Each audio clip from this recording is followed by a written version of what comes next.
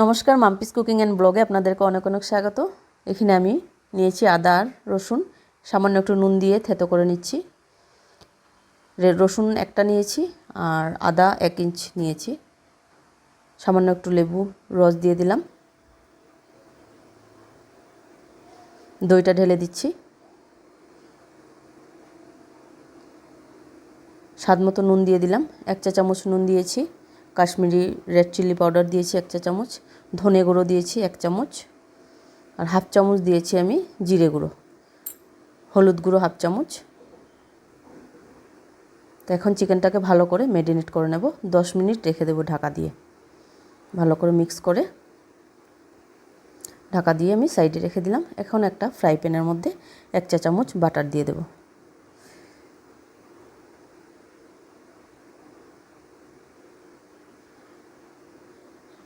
তো বাটারটা মেল্ট হয়ে গিয়েছে। এখন কিছুটা গরম মশলা দিয়ে দিলাম, গোটা গরম মশলা, এলাচ, দালচিনি, লবঙ্গ। সামান্য একটু নাড়াচাড়া করে এখন দিয়ে দেব আমি এটার মধ্যে 3টা পেঁয়াজ আমি কুচি করে রেখেছি। দেখুন, টমেটো 3টা দিয়েছি, মাঝারি সাইজের 3টা টমেটো আর বড় সাইজের 2টা পেঁয়াজ। কিছুটা কাজু বাদাম দিলাম, লঙ্কা দিলাম।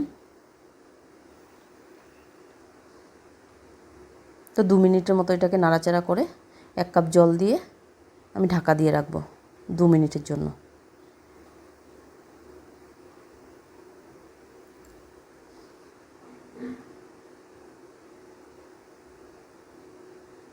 তো এটা বাটার চিকেনের গ্রেভিটা রেডি করছি আমি। এখন গ্রাইন্ডার জারের মধ্যে ঢেলে নিলাম, এটাকে আমি পেস্ট বানিয়ে নেব।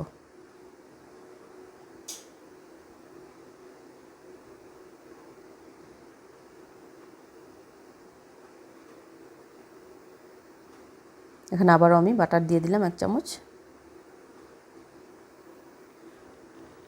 ম্যারিনেট করা চিকেনটাকে এখন আমি দিয়ে দিচ্ছি।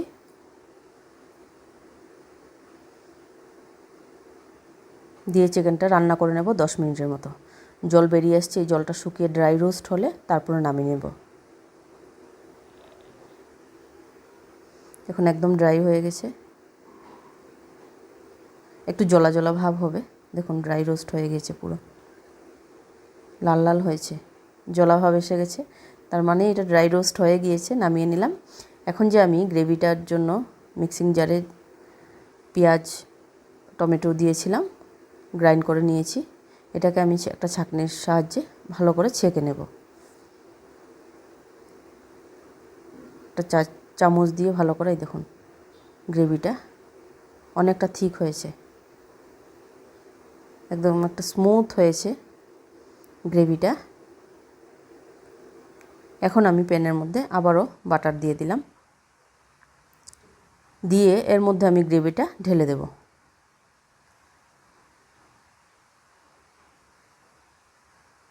তো গ্রেভিটা ফুটে এসছে, এখন আমি মাংসগুলি ঢেলে দিয়েছি। দেখুন, চিকেনটা দিয়ে দিলাম,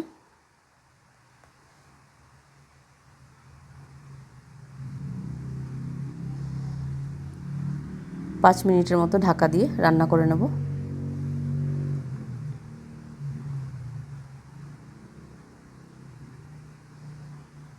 এখন আমি কিছুটা কস্তুরি মেথি নিয়েছি, হাত দিয়ে ভালো করে ডলে আমি এইভাবে উপর থেকে দিয়ে দিচ্ছি। দেখুন, রান্নাটা কমপ্লিট হয়ে গেল। ভিডিওটি দেখে আপনাদের কেমন লাগলো কমেন্ট করে নিশ্চয়ই জানাবেন। উপর থেকে আমি দিয়ে দিচ্ছি একটু ফ্রেশ ক্রিম। আবারও চলে আসবো নতুন ভিডিও নিয়ে।